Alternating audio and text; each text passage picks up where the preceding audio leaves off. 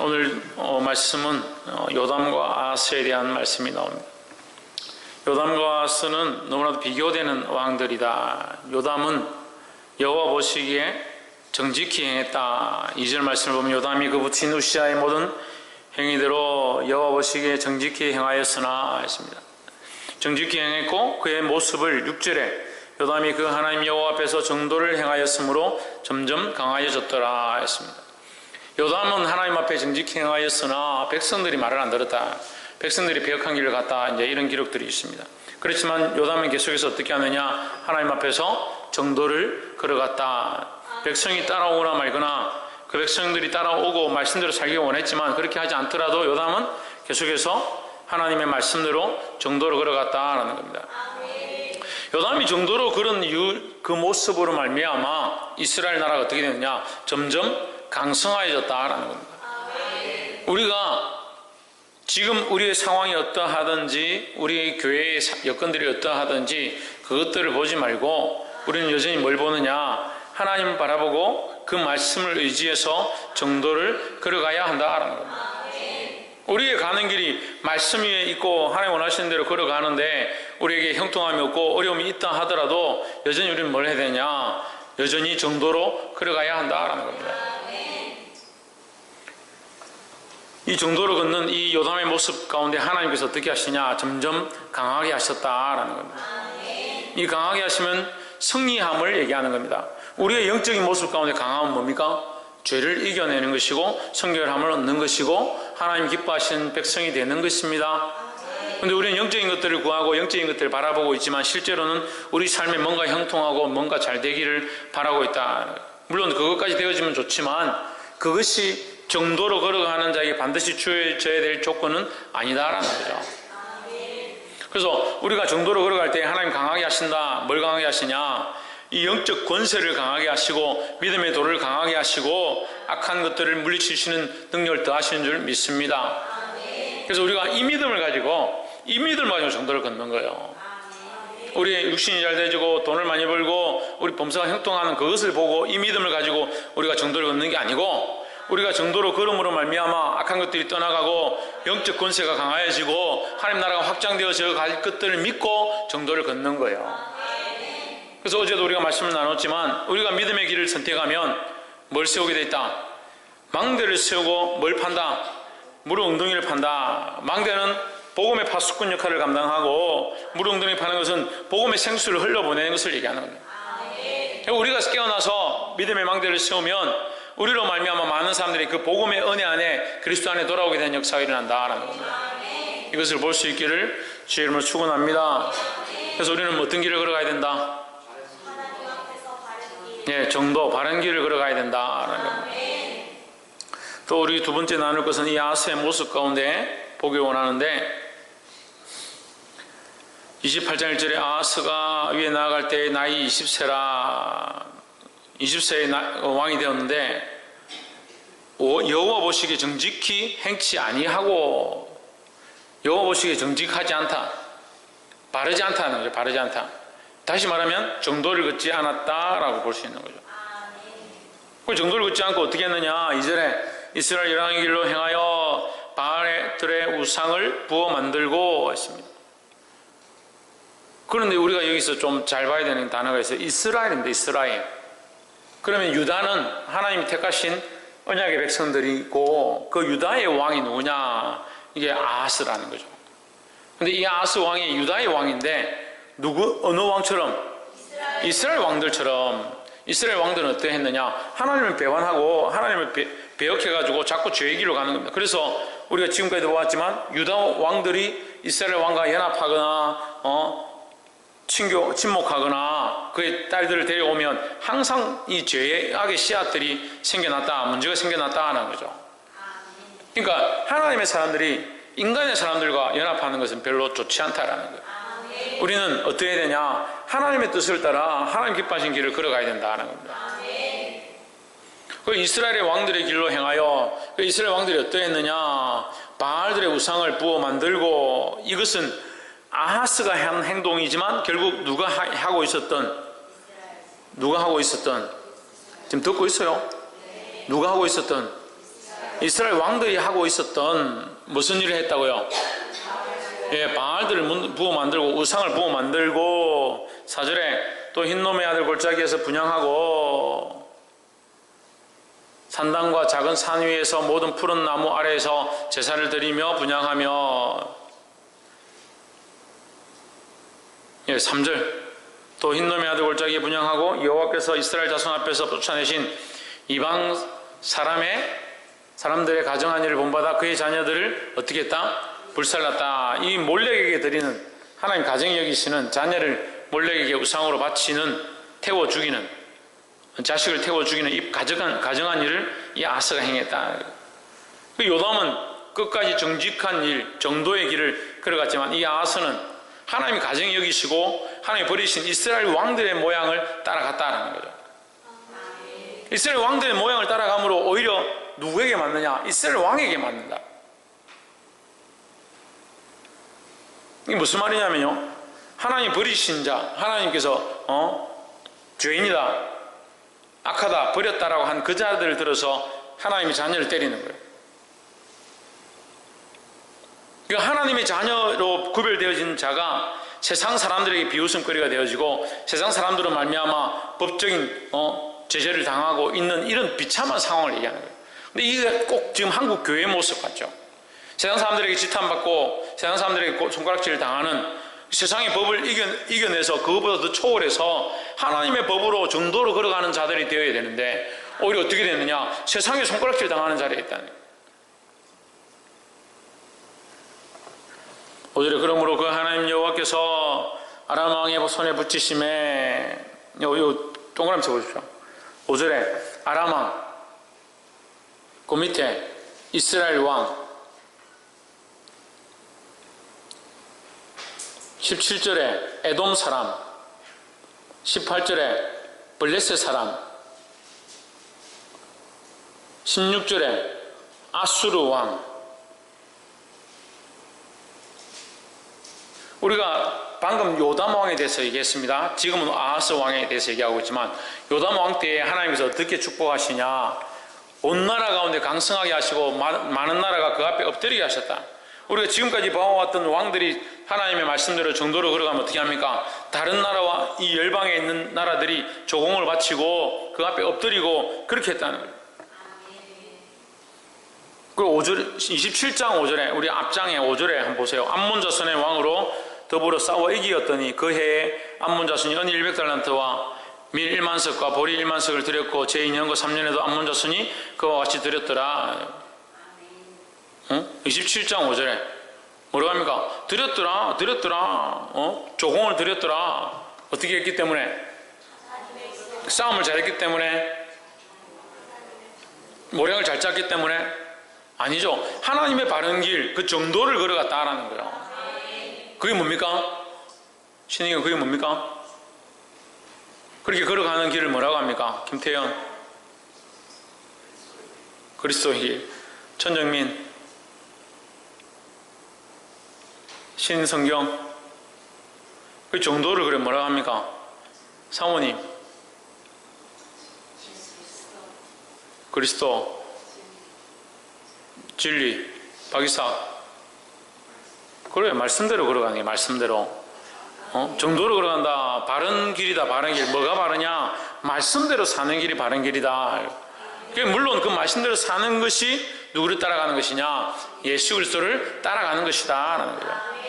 그래서 이 요담은 예수님을 몰랐습니다. 예수님이 어떤 분이신지 알 수 없었습니다. 그 십자가의 길이 뭔지 몰랐습니다. 하나님 뭘 쫓아갔느냐? 하나님 말씀을 따라 살려고 몸부림쳤다라는 거예요. 그 말씀을 따라 살아야 된다. 그 아하스는 말씀을 버리고 하나님을 버리고 뭐 그렇게 어렵게 생각해요. 어렵게 사는 거예요. 자기가 좋아하는 것들을 막 취하겠다고 하다 보니까 결국 어떻게 되냐? 그 모든 것을 다 빼앗겨 버렸다. 그 아람 왕이, 이스라엘 왕이, 아수르가, 에돔이,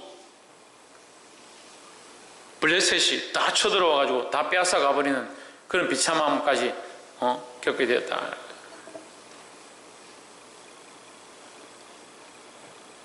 그런데 이제 우리가 여기서 교훈을 삼아야 될 중요한 말씀이 있는데 9절을 한번 보십시오. 28장 9절에 그곳에 여호와의 선지자가 있는데 이름은 오데시라. 저가 사마리아로 돌아오는 군대를 영접하고 저에게 이르되 너희 열조의 하나님 여호와께서 유다를 진노하신 고로 너희 손에 붙이셨거늘 너희 노기가 중전하여 살육하고 했습니다. 이게 무슨 말이냐면요, 자, 유다가 범죄하였기 때문에 하나님께서 누굴 들어서 쓰시냐? 이스라엘 들어서 몽둥이를 쓰셨다는 거죠. 근데 우리가 항상 성경을 볼 때 몽둥이로 들어 쓰는 자들 또한 하나님의 도구다, 하나님 몽둥이다, 또 하나님의 도구다, 하나님 도구로 들어서 치셨다는 거죠. 그럼 도구는 어떻게 되냐? 도구도 보고 정신을 차려야 되는 거죠. 무슨 말인지 알겠어요? 이 사람이 범죄해서 하나님께서 나를 들어서 저 사람에게 책망하게 하시고 저 사람 치게 했다면 자기도 깨닫고 알아야 된다. 그래서 이거 신약적인 말씀과 연결하면 어떻게 됩니까? 말씀과 연결하면 어떻게 돼요? 예? 반면교사. 그러니까 먼저 자기 들보를 보고 자기 허물을 보고 다른 사람의 허물을 책망할 수 있는 자의 모습을 가져야 된다. 그러니까 내가 하나님의 거룩한 도구로 쓰임받고 백성들의 죄를 책망하고 징취할지라도 먼저 내가 나를 돌아볼 수 있는 자가 되어야 된다는 거예요. 그래서 이스라엘 들어서 유다를 쳤는데 이스라엘 백성들이 신이 나가지고 막 치고 나서 신이 나고 힘이 나고 막 승리가 일어나니까 그 유다에 있는 여자고 아들이고 자식이고 뭐 재물이고 막 다 끌고 와가지고 포로로 다 잡아와 버렸다. 하나님께서 치게 하신 일 외에 그들이 어떻게 하느냐, 이게 충만해가지고. 그러니까 책망할 때도요, 말씀으로 책망하고 그들을 바로 세우는 일을, 아이들이 죄의 길로 갔다 그럼 앉혀놓고 똑바로 해, 정신 차려라, 더 이상 그 길로 가지 마라, 책망하고 바르게 하는 것으로 끝나야 돼요. 근데 어떻게 하냐, 이거를 주체를 못하는 사람들이 있어요. 그리고 이게 막 흥분해가지고 막 책망하다가 매를 들어 때리다가 막 아이가 시험 들어서 교회를 오히려 오지 못하도록 해버리는. 이해가 안 돼요? 이 아이가 잘못된 길로 가면 책망해서 바르게 오도록 그렇게 가르치라고 교사를 세웠는데 이거 두드려 패고 뭐라고 책망하다 보니까 오히려 아이가 시험 들어서 세상으로 나가버리도록 그렇게 하는 것이 우리가 하나님 앞에 도구로 쓰임받는 아름다운 모습이 아니다라는 거예요. 그래 지혜가 없는 거예요. 지혜가 없는 거예요. 그리고 분별할 수 있는 눈이 없는 거예요. 해야 될 것, 어디까지 해야 될 것, 어떻게 해야 될 것, 하나님의 지혜로 하나님이 원하신 뜻이 어디까지 일까를 볼 수 있는 눈들이 있어야 되는 거예요. 그럼 뭐가 없냐? 절제가 없는 거예요. 사랑과 희락이 있다. 우리 사랑과 희락이 있어가지고 끝까지 사랑하고 끝까지 웃고 끝까지 감사주고 아이고 네가 뭐 수염을 잡아 당기든 뺨을 때리든 나는 너를 사랑한다. 그리고 뭘 만들려고 그러냐? 우리에게는 이런 다양한 모습이 다 있어서 참 감사해요. 자식이 어떻게 하든 말든 끝까지 그래도 내 자식인데 내가 어쨌든 사랑해야 될 거 아니야. 어떻게 이놈을 내가 때려서 이거 하겠냐. 그리고 끝까지 사랑과 희락으로 하는, 서로 사랑하고 희락하고 화평하고. 그 집에는 뭐가 없냐? 절제가 없. 이 사랑을 절제할 수 있어야 돼요. 희락을 절제할 수 있어야 돼요. 화평을 절제할 수 있어야 돼요. 어느 정도 절제를 해야 돼요. 그래서 여기서 넘어갈 때 너는 이제 안 된다. 더 이상 그렇게 하면 내가 가만두지 않겠다. 이렇게 손을 꺼야 돼요.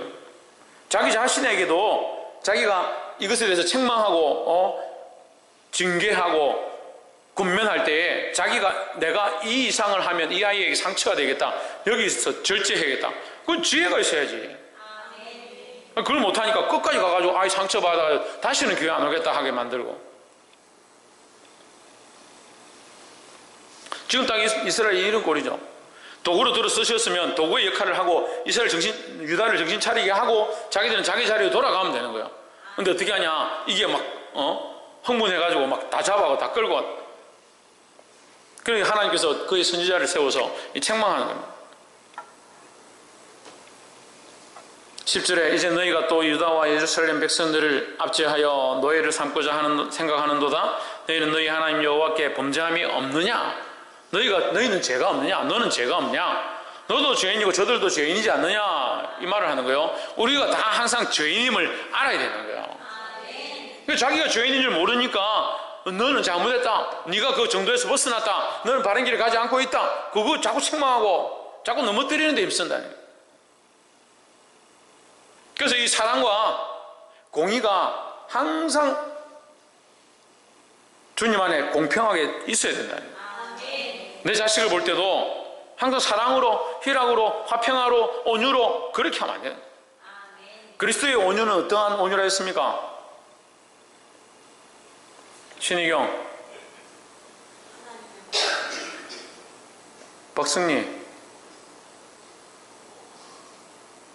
사모님, 사모님, 두려워 사랑, 비슷하네. 천정민, 세신자예요? 오늘 대답 안 하고 뭐 세신자 말씀? 김태현,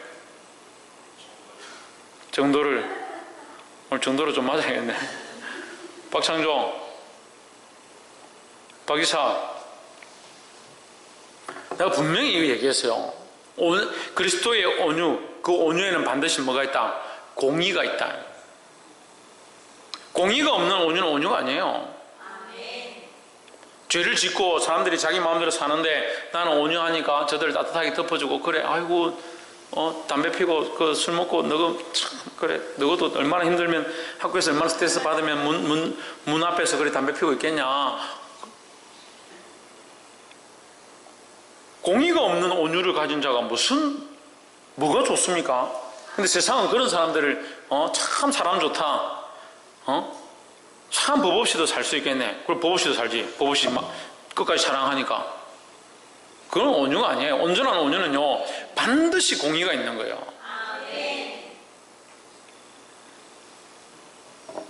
너희는 범죄함이 없느냐? 자기를 볼 수 있어요. 자기를 볼 수 있고, 이러한 상황 가운데 공의와 사랑을 같이 가지는 거예요. 그래서 이걸 뭐라고 합니까? 공의와 사랑을 같이 가진 것을, 그걸 뭐라 그래? 자우랑 오르치지 않는 걸. 천정민,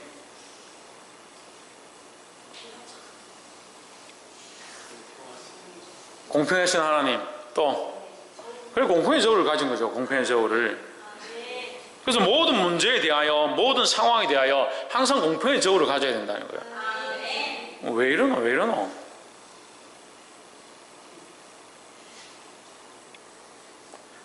따라합시다. 내 안에 가장 연약한 것에 대하여 공평의 저울을 가져야 된다. 내가 내 자식이 어떻게 해야 될지 모르겠다. 공평의 저울을 가지는 거예요. 공평의 저울은 뭐가 있다 했습니까? 홍진우, 공평의 저울에는 뭐가 있다 했습니까? 두 가지. 공의와 사랑이 있는 거죠. 내 자식에 대해 바른 길을 걸어가도록 잘못된 길을 가지 않도록 어떻게 해야 되냐? 사랑으로 하되 공의를 반드시 함께 하는 거예요. 내게 재물을 주셨다. 내가 재물에 대해 가장 약하다. 그 재물을 쓸 때, 이 재물을 주를 위해 쓰고자 할 때 어떻게 하냐? 이 사랑과 공의를 항상 같이 가지고 있는 거예요. 하나님의 사랑으로 이것을 하나님 기쁘시게 하기 위해 써되 바르게 써야 된다. 바르게. 그래, 이 공의와 사랑을 같이 안 가지고 있으니까요, 항상 치우치는 거예요. 한쪽으로. 그게 적당히가 안 되죠. 지혜롭게가 안 되죠.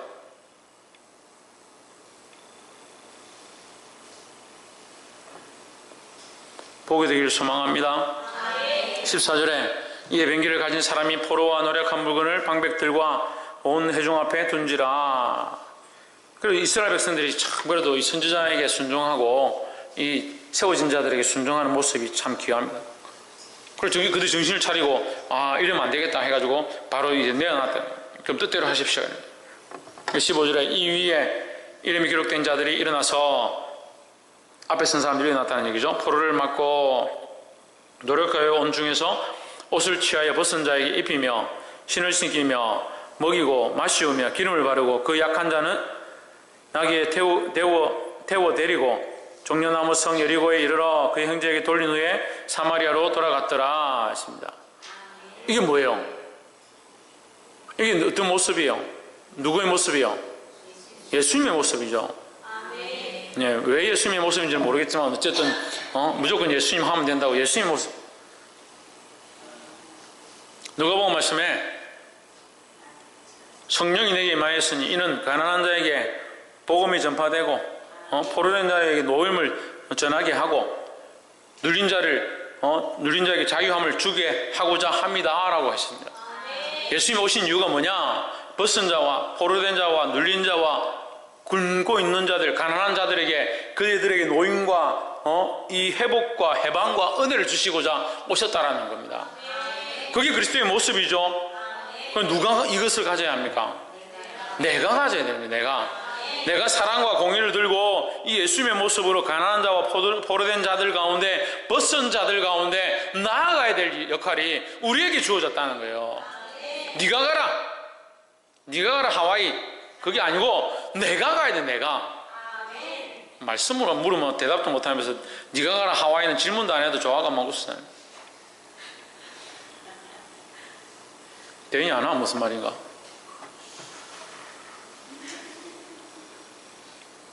누가 해야 된다? 내가 해야 된다. 어떻게 해야 된다? 예수의 모습으로 어떻게 해야 된다? 그렇지, 공평의 저울로. 그리고 우리 김태현이 참 그러고 보면 말씀을 잘 들어요. 이 자매들은 듣고 나서 핵심을 잊어버려요. 핵심을. 예수의 모습을 가야 된다. 가긴 가겠습니다. 뭘 가지고 가는 뭘? 공평의 저울을 가져간다. 공평의 저울을. 공평의 저울이 딱 해가지고요, 사람들한테 될 때는 공평의 저울, 네가 사랑을 내가 줬지만 네가 똑바로 하느냐 안 하느냐 탁 하게 되면서 자기 자식한테 가면 씩 기울여가지고, 아이고 우리 내 사랑하는 딸, 내 사랑하는 아들, 뭘 왜 삐딱하게 가지고 있는, 그게 무슨 공평의 저울입니까? 공평의 저울은 항상 공평해야 된다는 거예요. 그게 뭐다? 예수의 모습인데 그게 또 뭐 어떻게 연결된다? 정도와 연결된다. 그죠? 정도가 뭐냐? 그게 말씀이죠.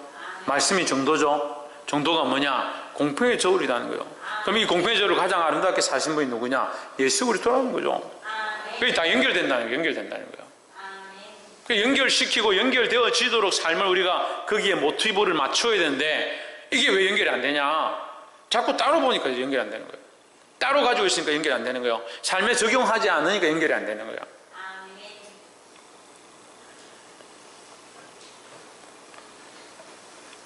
볼 수 있기를 소망합니다. 19절에 이는 이스라엘 왕 아하스가 유다에서 망령되이 행하여 여호와께 크게 범죄하였으므로 여호와께서 유다를 낮추심이라 했습니다. 유다를 전에 높였다는 거죠. 예? 어떻게 할 때? 예, 정도를 행할 때 높였다는 거죠. 근데 왜 낮추었느냐? 그 범죄함으로 낮추었다는 거죠. 우리는 항상 하나님 앞에서 어떻게 해야 됩니까? 낮춰야 되는 거예요. 우리는 낮추고 누가 높이시냐? 하나님 높이시기를 기다리는 거죠. 이게 우리의 신앙의 원리예요. 말씀은 어떻게 선포되어야 되느냐? 낮아짐으로 선포되어야 된다. 근데 말씀을 자꾸 선포할 때 어떻게 선포하냐? 높음으로 많은 사람들이 선포합니다. 높음으로, 권위로, 자기 생각으로, 자기 지식의 높음으로 선포하는 거죠. 그 사람들은 어떻게 받습니까? 높은 지식과 좋은 교양을 받으려고 노력하는 거예요. 아니에요. 천만의 말씀이에요. 절대 그래서는 안 돼요. 찬양은요, 우리의 기교와 공교함과 우리의 재능과 우리의 아름다운 모습으로 드려야 되는 천만의 말씀입니다. 철저하게 알아야 될 게 뭐냐? 낮아짐과 낮춤으로 드려야 된다. 누가 왕이시니까? 예수 그리스도가 왕이고 하나님이 통치자시니까 그 하나님이 일하시도록 나는 낮아져야 되는 겁니다. 말씀 가운데 우리가 낮아져야 하나님의 권위가 드러나고, 우리가 낮아져야 성령 역사하시는 거예요. 왜 성령의 은혜가 없고, 왜 역사가 없고, 왜 변화가 없고, 왜 도전이 없고, 왜 회개함이 일어나지 않느냐? 낮추지 않으니까 그런 거예요. 낮추지 않으니까 누가 낮추시는 거예요? 하나님께서 낮추시는 것이 징벌이에요. 징벌. 그게 착각하는 거죠. 유다를 낮추십니다 할 때 그들에게 겸손함을 주신 것이 아니라 그들이 교만했기 때문에 낮추었다는 거예요. 하나님을 대적했기 때문에 낮추었다. 정도를 벗어났기 때문에 하나님 낮추셨다라는 겁니다. 우리는 미리 어떻게 해야 되냐? 하나님 앞에 낮춰야 한다는 거예요. 우리가 낮추면 하나님이 높이시는 거예요. 우리가 낮추면 하나님께서 은혜를 더하실 줄 믿습니다. 그래서 너희가 잔치 자리에 들어갈 때 어디에 앉지 않도록 주의하라. 상석에 앉지 않도록 주의하라. 잔치는 천국 잔치를 얘기하는 겁니다. 천국에 들어가서 상승에 앉는 것을 얘기하는 게 아니라 이 땅에서 하나님과 교제하고 하나님과 예배하고 하나님의 잔치 자리에 왔을 때 어떻게 되냐? 낮추라고요. 낮추라고. 하나님이 일하시도록, 하나님이 말씀하시도록, 성령이 역사하시도록, 우리 안에 기름 부으시도록 낮추라고요. 왜 말씀을 듣는데 불만이 생기고 불평이 생기고 듣고 싶지 않고 왜 어렵느냐? 높기 때문에 낮아져야 되는 거예요. 철저하게 낮춰야 되는 거예요. 왜 기도하기 힘드냐? 높기 때문에. 눈이 높고 시각이 높으니까 하나님 이만큼 해줘야 되는데 왜 해주지 않습니까? 그걸 기도를 어떻게 해요? 낮춰야 되는 거예요. 영혼을 왜 살리지 못합니까? 가난한데, 포로된데, 소외된데, 그런 사람들에게 찾아가야 되는데 낮추지 않으면 어떻게 복음을 전하겠냐? 이것이 무슨 길이다? 이게 정도의 길이다. 이게 누구의 모습이냐? 예수 그리스도의 모습이다. 예수 그리스도의 모습은 뭐냐? 낮추심의 모습이다. 철저하게 자기를 비우고 포로되고 종되어 죽기까지 자기를 비우는 낮아짐의 모습이다 하는 거예요. 낮추지 않고 뭘 할 수 있냐는 거예요.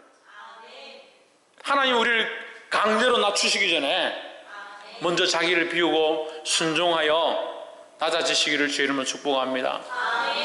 이 낮아지는 우리 성도들을 통해서 교회 안에 거룩한 역사들이 일어나고 우리 낮아지는 모습을 통해서 수많은 사람들이 이 자리에 모일 수 있는 그런 은혜의 자리가 되기를 주 예수 그리스도 이름으로 축복합니다. 기도하겠습니다.